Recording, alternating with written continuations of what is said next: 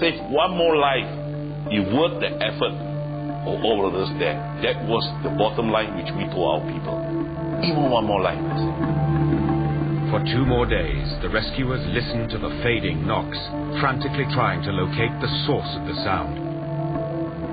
But at the beginning of day 7, there is a heart-stopping silence. The knocking stops and is never heard again. That silence is the end of hope. Hope is the last thing you lose, but you know, it is very, very painful when you have to face that. My hope died at day 7. As that last knock faded, the wreckage of Highland Towers Block 1 becomes, instead of a trap, a tomb. Reluctantly, a decision is made to end rescue efforts and begin a search for the dead. The only way we knew we were going to quickly access any bodies was to go in with heavy machinery. As the machines begin smashing up the rubble, the emotional impact on the waiting relatives, who now realize that no one can still be alive, is shattering.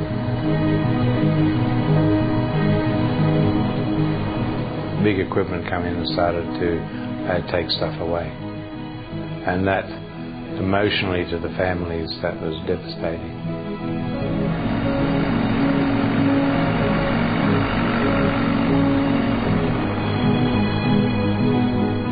Obviously we can't and don't want to leave anybody unaccounted for.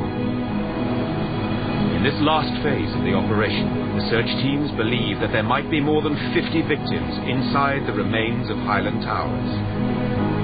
A terrible odor begins to permeate the site, the unmistakable smell of death.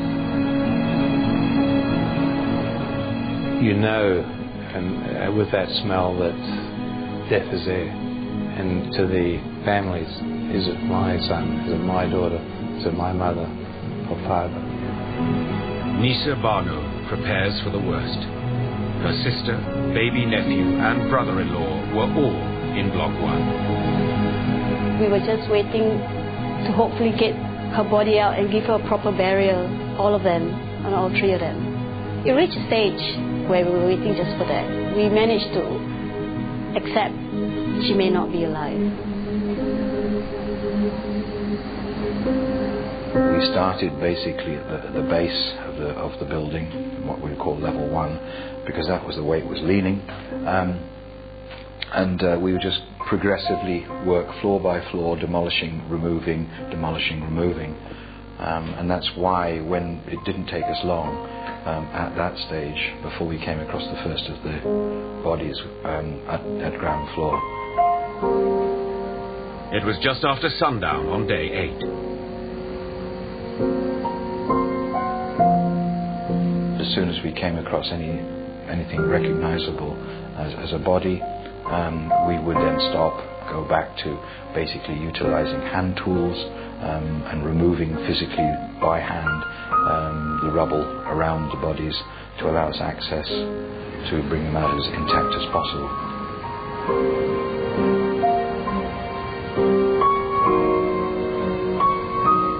I remember watching the bodies being brought out by the workers, and they were all in various states of decomposition.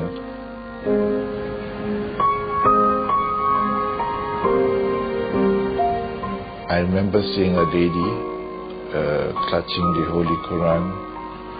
I remember seeing a woman clutching a child with both arms.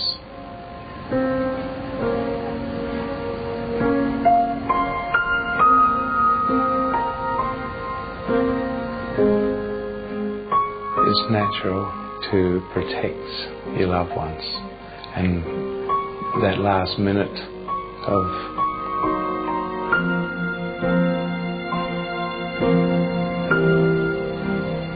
The remains of Dr. Rizwan's sister Rosina and her husband Carlos are found the next day.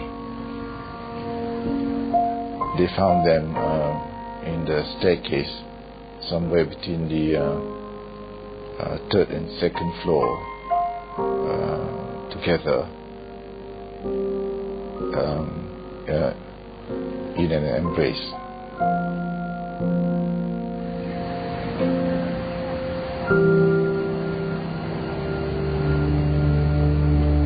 All the remains are taken to the Kuala Lumpur mortuary.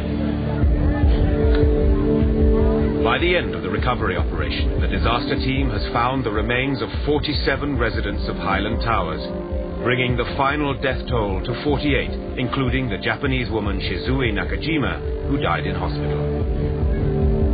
These numbers have fluctuated throughout the 12 days of the rescue, but 48 is now regarded as the official tally of victims. The families who have suffered such a devastating and unexpected loss now face another traumatizing task. I felt that the rest of the family would be better off if they remembered Rosie and Carlos for what they were. And so I went on my own to do the body identification. But every single individual must be identified, recorded, and mourned. Every clue to their identity takes on vital significance. Wedding rings, ID cards, dental records. The most poignant, heartbreaking remnants of a person and a life cut short. We recognize Anna through her jewelry and clothes. And Robin, he's an exceptional Caucasian guy. He's really tall, and he was the only one that was found 6'3", 6'4", you know. Then the funerals. Definitely very difficult for the parent, especially in our Asian tradition. The child sends the parent to the hills to be buried. The parent do not send the child to be buried. Horrible, horrible week. Just unbelievably awful. And the only way I think you sort of coped is by having family and friends around you. I think that would be about the worst week of my life. Ever. I was going to funeral after funeral after funeral that whole week. One of them was my very first ballet teacher, and I remember feeling terrible at her funeral because I saw her son and daughter, and I couldn't even speak to them because I didn't know what to say. I mean, when you lose a family member, nothing you say is going to make them feel better. Nisa Barno lost 3 members of her family, Anna, Robin, and Adam. As she struggles to come to terms with her loss, she begins to ask questions. Lots of questions. I want an answer, you know. I want to know how did this happen? How can this happen? How does a building literally topple down? There were stories going on that the dragon beneath started to move. Yeah, right. We wanted answers. And we wanted to hold somebody accountable for this. They took away people that we loved. Many other relatives of the dead, as well as survivors, want answers too. Why had Highland Towers Block 1 collapsed? And who was at fault? December the 11th, 1993. In Kuala Lumpur, Highland Towers Block 1 collapses, killing 48 people. Now, all Malaysia wants to know why the disaster happened and who is responsible. The government immediately launches an inquiry to find out. The council calls scores of witnesses and excavates the foundations of the collapsed tower. Though the investigators find evidence that the construction engineers cut corners, this alone does not explain the way the tower collapsed. If you had some structural default in a building, you would expect the building to collapse vertically rather than toppling forward. There must be an external force that came into play. Suspicion focuses on the steep hillside behind Highland Towers. Was this external force generated here?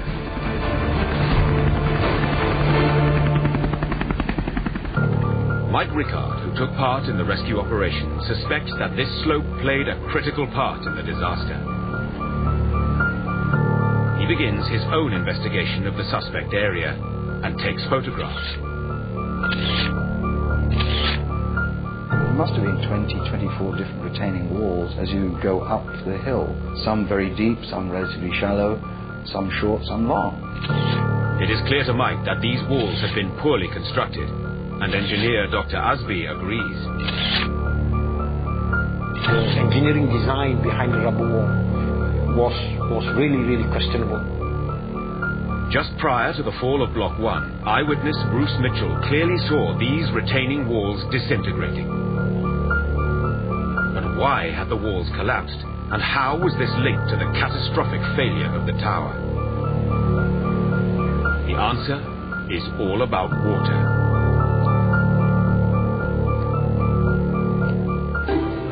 Above Highland Towers is a small stream that has been diverted into a system of drains and pipes.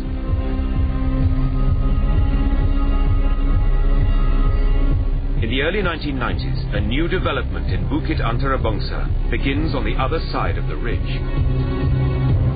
Vast areas of land are cleared and deforested, and water runoff is diverted into the same system of drains and pipes above Highland Towers. These drains and pipes soon become stressed by the increased flow of water and silt. Very quickly the pipe was blocked. So the pipe was overflowing and burst in a number of places. And unfortunately, we were getting water feeding into the hillside, right across the back of what we know as Highland Towers. This relentless soaking is worst behind Block 1. Then, in December 1993, the annual monsoon dumps yet more water on the already heavily saturated slope. Saturday the 11th, the water pressure behind the slope reaches a critical threshold. Directly behind Block 1, a huge volume of wet mud bursts forwards and downwards, smashing through the retaining walls. Seconds later, 100,000 cubic meters of mud, approximately the weight of 200 747 jumbo jets, rams into the foundations of Block 1.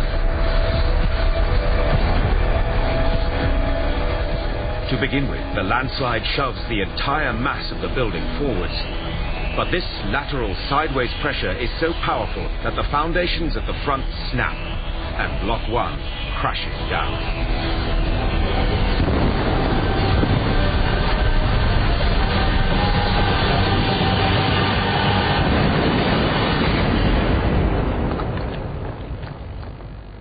You try and play with nature and it'll bite back. You've taken away the ability to absorb the water up on the hillside. But my water's still got to go somewhere. And it went into the earth, and the earth said, I can only take so much water. And after which I've got to move. And so it moved. And it took Highland Towers with it. So yes, don't mess with nature. But who had messed with nature?